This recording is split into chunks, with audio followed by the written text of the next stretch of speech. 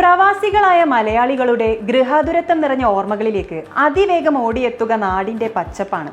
വൃക്ഷലതാദികൾ തണൽ വിരിച്ച നാട്ടുവഴികളും നെൽപ്പാടങ്ങളും വൈവിധ്യങ്ങളായ കൃഷിത്തോട്ടങ്ങൾ അതിരിടുന്ന വരമ്പുകളുമെല്ലാം കാലം എത്ര കഴിഞ്ഞാലും നമ്മെ മാടി വിളിച്ചുകൊണ്ടേയിരിക്കും. അങ്ങനെയെങ്കിൽ നാട്ടിലെ കുളിരുള്ള കാലാവസ്ഥയും പഴങ്ങളും കായ്കളും നിറയെ വിളയുന്ന തോട്ടങ്ങളും ചെടികളുമൊക്കെ ചുറ്റി നടന്നു കാണാനും ആസ്വദിക്കാനും ഈ മരുഭൂമിയിൽ ഇത്തിരി ഇടമുണ്ടെങ്കിലോ?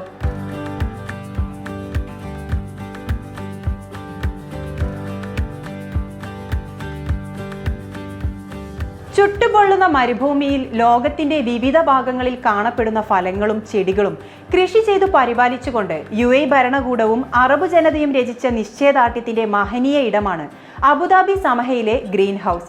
പ്രവാസ തിരക്കിനിടെ ഇത്തിരി റിലാക്സ് ആവാൻ ആഗ്രഹിക്കുന്ന ആർക്കും കണ്ണും പൂട്ടി കയറി ചെല്ലാൻ പറ്റുന്ന സ്വന്തം കൃഷിയിടം.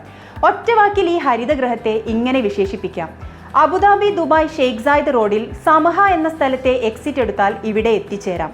നാരങ്ങ, പൈനാപ്പിൾ, വാഴപ്പഴം തുടങ്ങിയ പഴവർഗ്ഗങ്ങൾ ഉൾപ്പെടെ വിവിധ ഇനം സസ്യങ്ങളെ മനോഹരമായി പരിപാലിക്കുന്ന വിശാലമായ പളുങ്കു ഭവനമാണിത്.